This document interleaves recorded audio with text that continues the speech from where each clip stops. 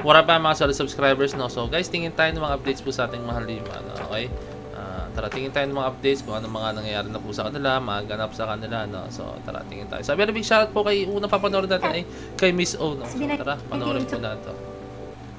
Perform in AAA 2025 10th Anniversary Festival or ACON 2025 in Taiwan. Let's go.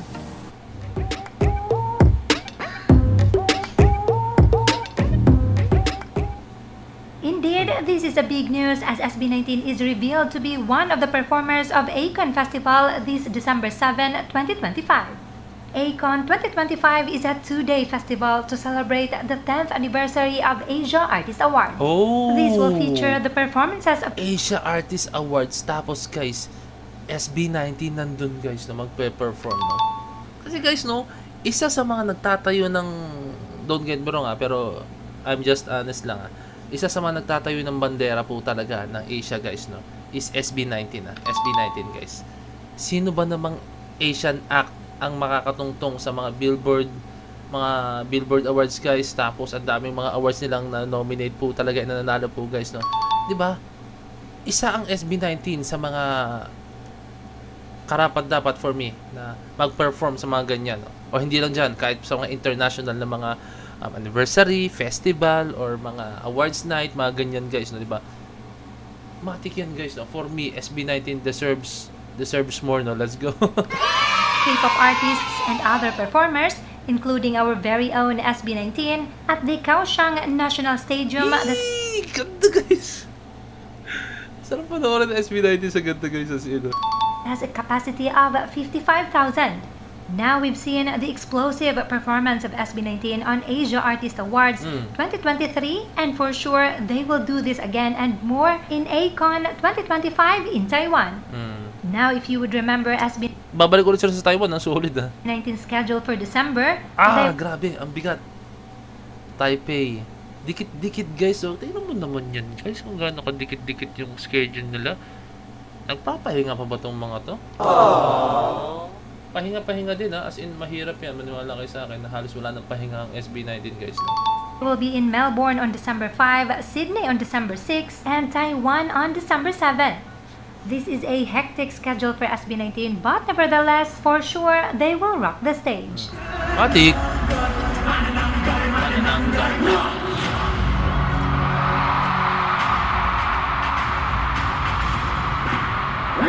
So abangan natin guys, no, yung performance nila, yung panoorin natin yung kanilang mga ganap pa po, no. So marami naman ganap ang SB19 as in, no. Di ba nakita niyo yung schedule nila? Kahit ako guys, kung ganun schedule ko, tapos lipad ako na lipad. Actually guys, nakakapagod dun guys, for me kasi I've been, alam niyo naman, ako ang trabaho ko sa office namin guys, pinapadala ako sa ibang mga lugar, no. Philippines pa lang yun pinapadala ako. Tapos usually every 2 weeks, minsan every 3 weeks pinapadala ako. Yun pa lang, nakakapagod na po talaga guys, kasi gigising ka na maaga, tapos impake ka, tapos syempre mga ganyan, tapos walang fixed na time yung trabaho mo, no.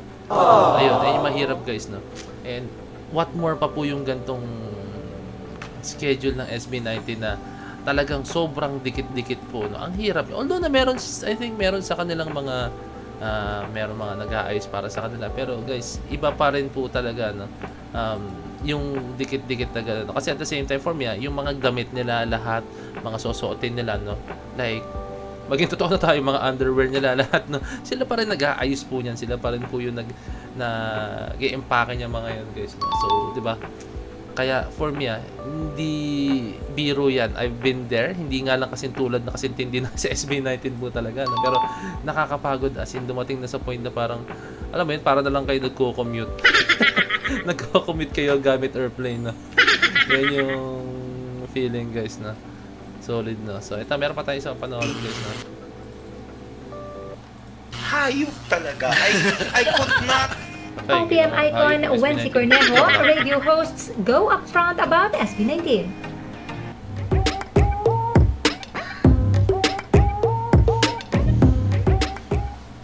First of all, wag nang pansinin ang mga umi-issue about SB19 without evidence and without facts dahil siguradong clout and engagement lang ang hanap nila at malay natin may pinababangong iba. Now, why don't we give our time to these trustworthy people who have nothing but good words about SB19? We have here another OPM icon, Sir Wency Cornejo, who has long expressed his admiration towards SB19. Okay, no. Sa mga hindi nakakalam, tara, i-search natin. Sino ba guys si Wency Cornejo? Para alam natin, nalaman natin kung credible ba siyang sabihin yung mga dapat sabihin niya guys. No? Okay. So, makikita. Basahin ko guys ha. This is from Wikipedia. No? So, yan. Wenceslao Chanco Cornejo or kilalang Wency Cornejo ay isang maaawit, kompositor, producer, artista sa teatro, chef, tagaluto at negosyante mula sa bansang Pilipinas. Kilala siya bilang ang bokalista ng bandang Pilipino After Image na pangunahing kompositor din ng banda. Nabuwag ang banda pagkaraan ng 11 taon. Nagpatuloy ni Cornejo isang solong karera sa pag-awit at naglabas ng sariling album. Umanim ang kanyang solong album noong 2002 na hanggang ng 3 parangal sa Awit Awards. Wow, Awit Awards yun guys. Na alam niyo yun, mga level na Regine Velasquez, Sara Geronimo, Ogie Alcacid, mga legend guys. Yung Awit Awards, yan yung mga ano na. Habang umani din na parangal ng awit ng kanyang sinulat na isang kinabukasan 2008. No? So, sa Catholic Mass Media Awards, naging Artist of the Year. Damn, Artist of the Year guys. Okay. No, sa NU Awards noong 2004. No? So guys, doon pa lang, sobrang credible na po siya, no? So, okay, panoorin natin to, no? Nakita niyo naman, binanggit ko sa inyo yung mga ano niya, na mga credentials niya. And we have also radio host Sir Oscar Casaysay, former Executive Director of National Commission for Culture and Arts or NCCA, who has worked with SB19 before, and Miss Patmay Roy Vivar. Okay, na hindi ko na kailangang banggitin kasi binanggit na po ni Miss O guys, no? In all aspects of the, pag sinabi mo as an entertainers, Yes. bang on sa head ng lahat Correct. ng aspects pag sinabi mong SB19. They're Mm. fantastic singers, they're fantastic dancers, they have a fantastic way of presenting themselves.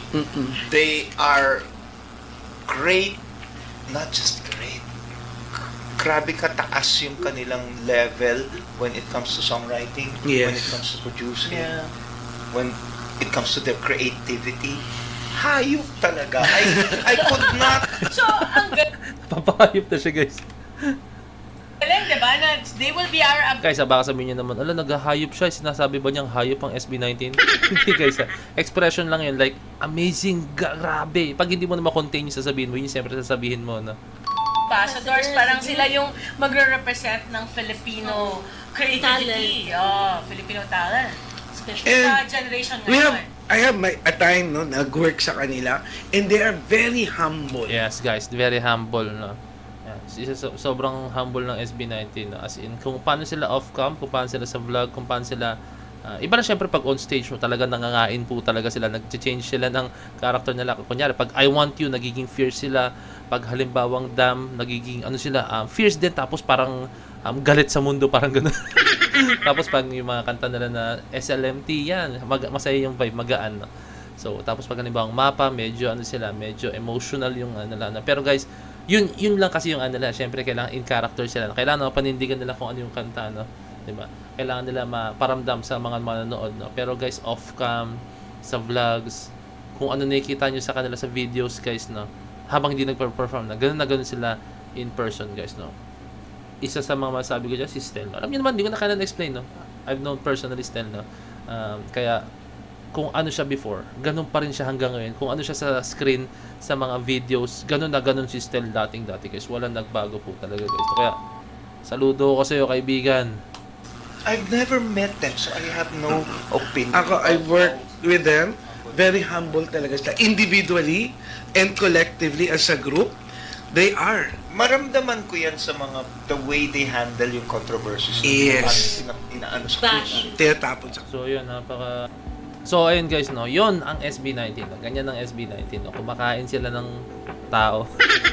Kumakain talaga ng tao. Yun, no? Hindi, as in, ganyan sila guys. Pag alam niyo naman, no? Hindi sila directly na umaatake sa mga nambabash sa kanila. No? Pinapakita lang nila like, through their achievements po guys. No? Ganyan ang SB19. No? Hindi nila kailangan direktang atakihin ng isang fan. Or fan tuloy. Or kahit pwedeng fan na alam mo yun, fun in a negative way, no? Diba? Yung mga ganun. So, ganyan ang SB19 and at the same time, humble kings, napaka down to earth. Alam mo yun, pag nakita mo sila in person, pag nakasama mo sila in person, parang napakagaan lang nila makasama, no? Unlike sa ibang mga artists or groups or mga performers, no, na parang mapapansin mo, no, iba sila on cam, 'di ba? Iba sila talaga, tapos in person, no. So ganyan ang SB19, no. Kaya hindi na ako tataka kung bakit sila binibiyayaan ni Lord, no, ng achievements dahil sa kanilang napaka-humble na na ugali po talaga, no. So at the same time napakatalentado, no. Hindi sila nagpapalamon. In a simplest term, guys, no, hindi lumalaki yung ulo po talaga nila, guys, no. Yun yung hindi lumalaki ulo nila, no. Lagi silang tumatanaw ng malaking utang na loob sa mga fans, at the same time sa mga sumusuporta sa kanila, at the same time sa mga taong nakapalibot po sa kanila na tumulong kung paano sila umangat din po, guys. So ayun lang, solid, a very big shoutout syempre sa SB19, a very big shoutout din po kay Sir Wency Corneo and Miss O, guys, no. So ayun lang, guys, wala sana. So this is Pwede Ben signing out. Peace. Let's see.